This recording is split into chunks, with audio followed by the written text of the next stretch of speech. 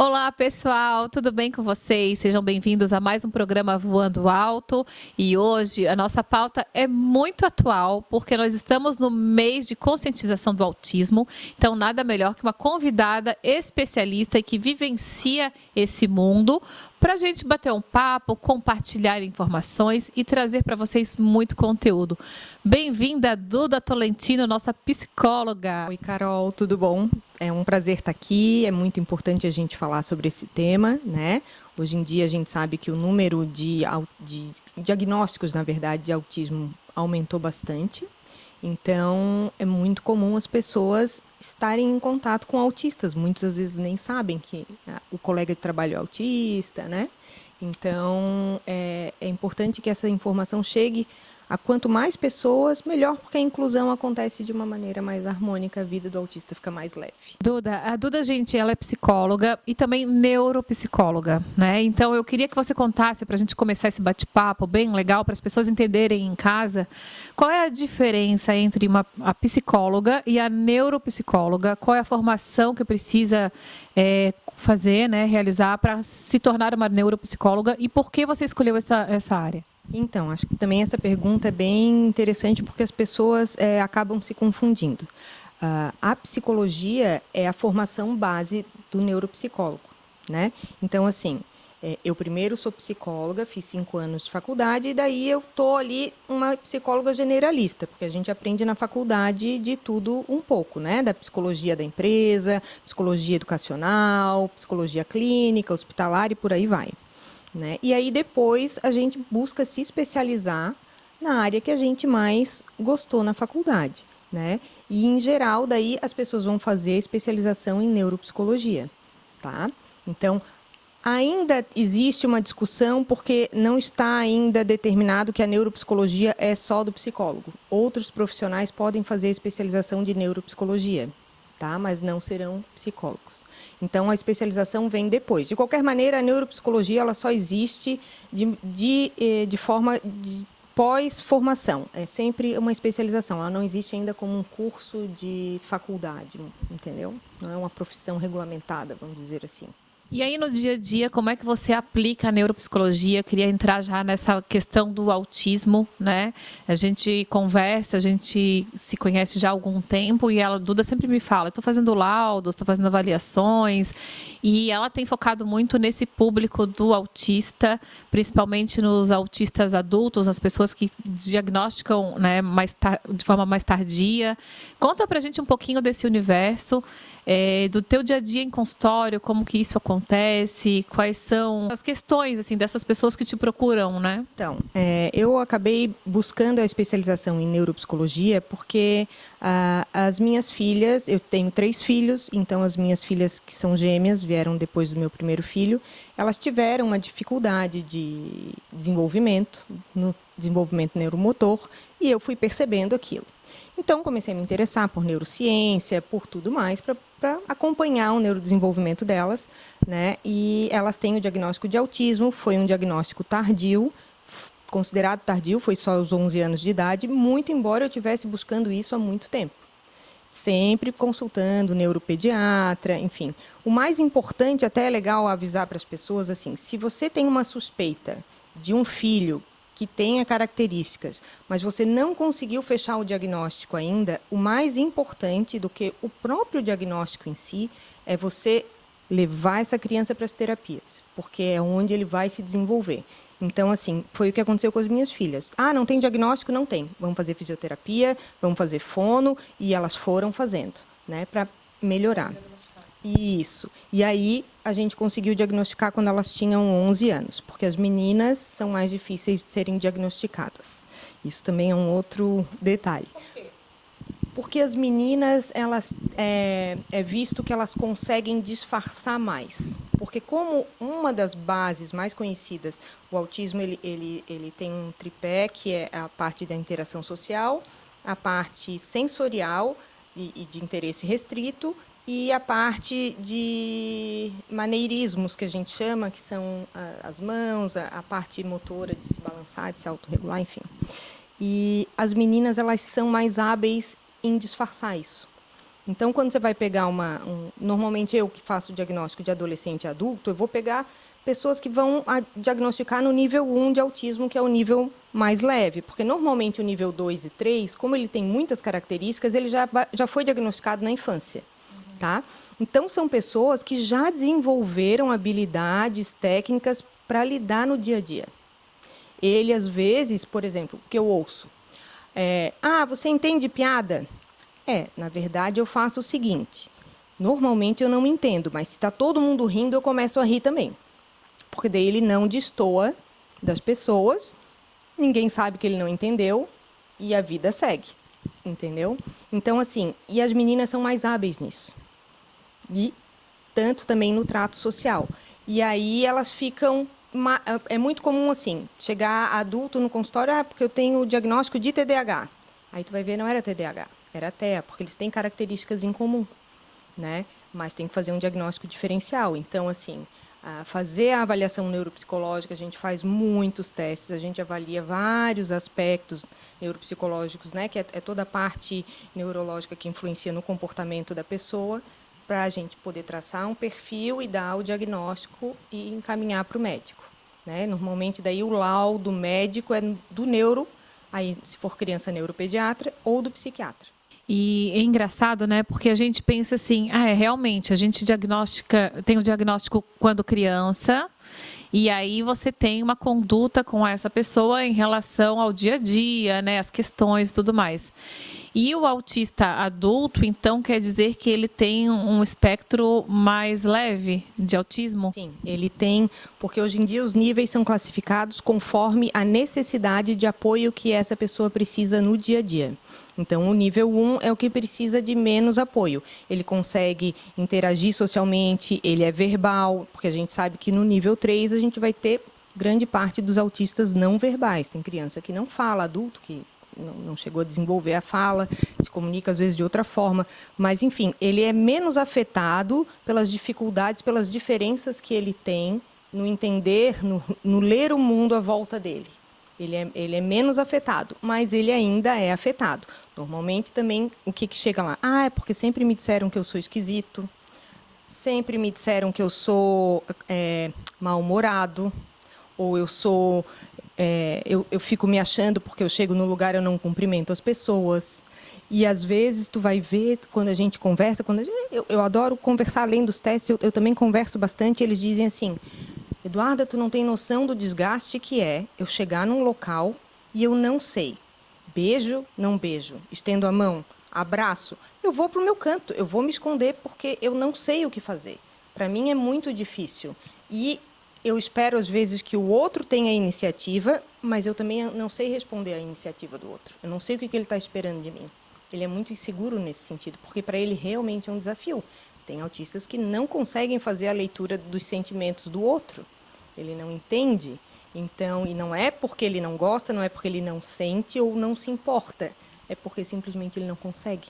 Mas se você informar ele, eu estou triste, ele possivelmente vai te oferecer um abraço, você quer alguma coisa, entendeu? Mas ele, a princípio, ele tem essa dificuldade. Eu tenho uma pergunta, que eu acho que a pergunta de quem está lá do outro lado também deve estar se questionando. Você acha que, atualmente, a sociedade está preparada para o autista tardio, com diagnóstico tardio, ou porque a gente vê muito a escola preparada, os profissionais da escola para as crianças, mas e os adultos que têm o diagnóstico tardio, né?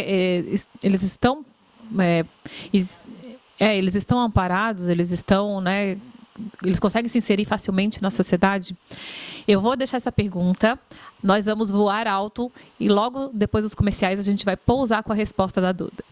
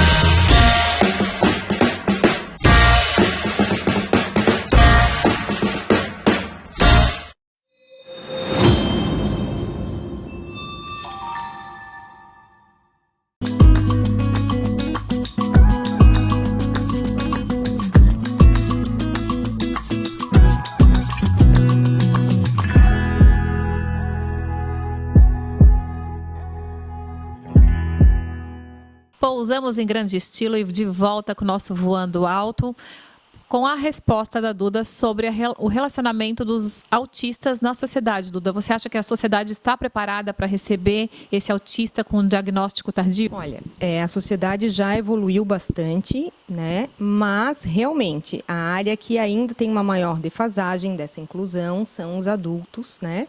E os adolescentes. Mas a legislação nos ampara, e que bom que ela existe, para que isso seja cobrado até das empresas, né? Então, assim, das universidades, porque a lei, por exemplo, de inclusão e de adaptação de currículo ou de planejamento escolar, ela vai desde o infantil até a pós-graduação.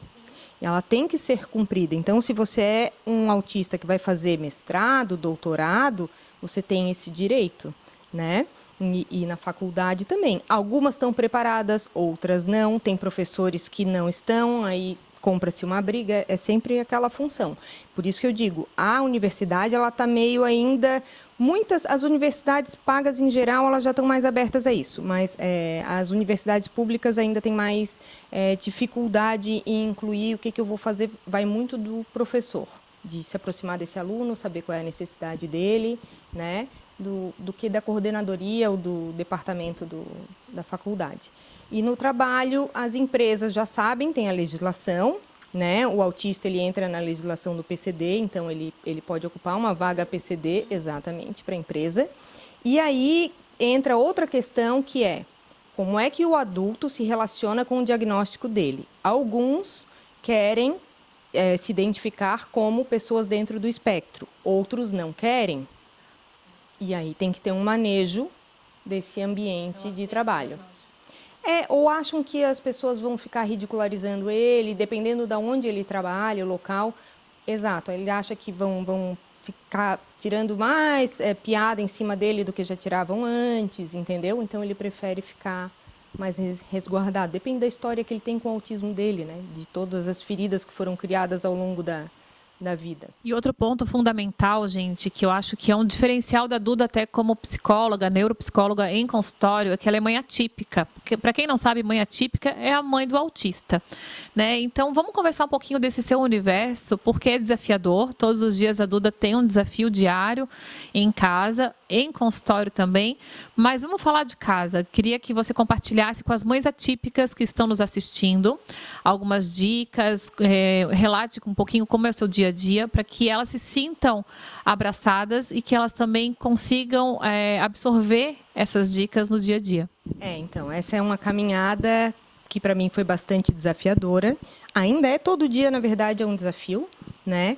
Porque o autista ele tem uma questão de regulação emocional bastante sensível, então às vezes está tudo bem, alguma coisa sai do previsto um pouco antes de sair para a escola, o mundo cai.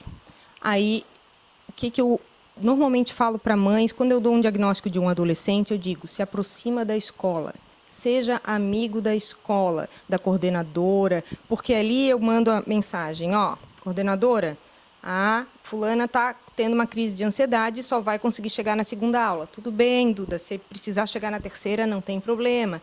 Então, existe essa relação próxima para entender o que acontece. Porque, realmente, o autista nível 1, ele é nas minúcias, que as pessoas não entendem, né? Por exemplo, as pessoas dizem, tu não tem mais problema com as meninas, têm 14 anos, tu não tem... Não, eu tenho que sentar com elas para fazer tarefa, porque tem enunciados que elas não entendem, porque o livro não é adaptado para elas, né? Eu tenho alguns professores que, quando eles passam tarefas, eles marcam no livro para elas quais específicas eles querem que elas façam, que são as mais importantes, porque elas demandam mais tempo para fazer. Então, se uma criança vai demorar 2 horas para fazer, elas vão demorar 6. Então, assim, a prova elas têm mais tempo, elas vão para a biblioteca, que é um lugar mais tranquilo, né? Então, assim, tem essas adaptações. E eu, como mãe, tenho o meu lado materno que fica, como é que vai ser hoje? Vão sofrer bullying? Não vão sofrer bullying? Vai ter crise de ansiedade? Não vai ter crise de ansiedade? Né? Mas o que me ajuda dentro do conhecimento que eu tenho é poder depois trocar, porque daí quando eu vou conversar com essa mãe, com a coordenadora ou com os professores, eu tenho o embasamento para explicar o que está acontecendo. E aí eu percebo que tem uma audição, uma escuta mais atenta ao que eu estou falando. E aí eles cedem mais. Por isso que eu acho assim, mães, pais de crianças atípicas, vão se informar, vão atrás de informação, me procurem, entrem no meu Instagram, a gente conversa, porque assim, quanto mais informação você tiver, mais embasamento você tem para trocar com a coordenadora, com o professor do seu filho. Porque as minhas são no Fundamental 2. Então, agora, cada professor tem uma matéria. Então, a gente pensa assim, aquele professor ele não é pedagogo. Ele não teve desenvolvimento infantil na faculdade. Ele é formado em matemática, ele teve licenciatura, aprender a dar aula em sala de aula, né? A professora de biologia talvez tenha um pouco mais, mas português, então, assim, se aproxima deles, entenda o lado deles, porque só na sala das minhas filhas, as duas estudam na mesma sala, tem mais um outro menino que é autista, tem mais alguns diagnósticos de TDAH, então pensa, não é fácil também para o professor, né? E aí tu está numa sala de 30 adolescentes. Então, assim, não sejam... A ideia é sempre tenta aproximar e tenta se informar o máximo que conseguir. Um dos pontos importantes também que a gente já conversou sobre isso é a rede de apoio, né? Eu vi que você trouxe um cordão, uma pulseirinha sobre a campanha do autismo. Então, queria que você falasse um pouquinho sobre ter essa rede de apoio de familiares ou de outras mães atípicas e também dessa identificação. Então, Carol, essa identificação foi uma vitória já no Congresso. Hoje em dia, essa fitinha que tem o desenho dos girassóis, não sei se vai dar para ver que são girassóis, ela identifica pessoas que têm alguma deficiência oculta. Então, por quê? Porque não é visível. Então, assim, ela cabe para pessoas surdas, né, que você não sabe que a pessoa é surda, não aparece, não está escrito, né? O autista também. Então, tem outras deficiências que não aparecem, mas que a pessoa tem uma deficiência, então ela pode ser identificada com essa fitinha e ela já é reconhecida nacionalmente. Essa minha fitinha tem duas cores, porque essa aqui é a mais conhecida, é o padrão mais conhecido para os autistas. Então, o que eu estou dizendo com ela? Que eu tenho uma deficiência oculta, que é o autismo, que possivelmente é o autismo, porque ali os quebra-cabeças coloridinhos, geralmente, né, eles são associados à questão do autismo. E essa do girassol? A deficiências ocultas.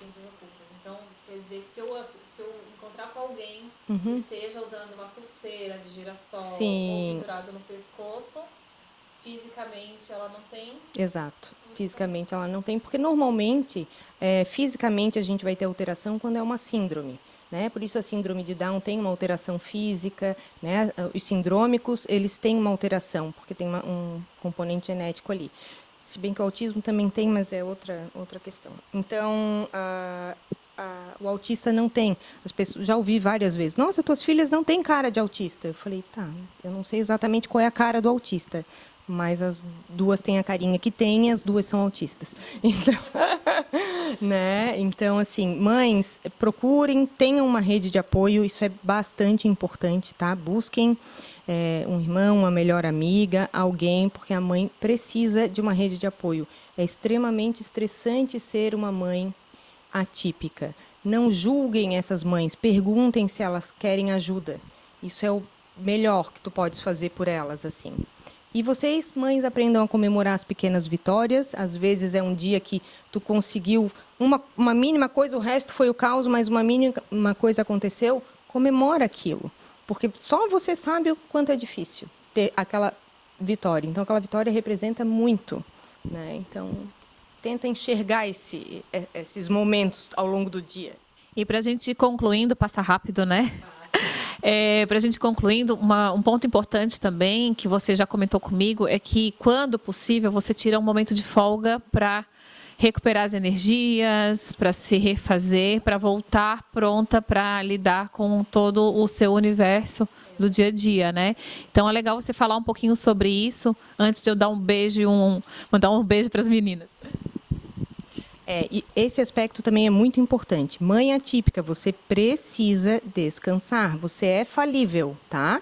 Então, assim, aprenda a demandar também, e tenta colocar algum momento de descanso dentro do que é cabível para você. Então, é o que eu digo, tem gente que consegue meia hora por dia, tem gente que consegue um dia por semana, tem gente que consegue meio período por semana, mas se dê esse momento. Você precisa recarregar as energias, nem que de início você se sinta mal por estar fazendo isso, mas pense, eu preciso recarregar minhas energias para poder continuar cuidando do meu filho. Então, também isso é um benefício para a criança, se você é casada com um autista e tem dificuldade, se dê esse momento. Você precisa disso. Duda, eu só tenho que te agradecer por compartilhar com a gente todo o seu universo, o seu mundo, falar o quanto é importante a gente ter pessoas preparadas que convivam com essas questões para poder fazer uma conscientização maior. O mês de abril está já chegando no final, mas não é só o mês de abril, é o ano todo, é uma vida toda, né? Então, eu só tenho que te agradecer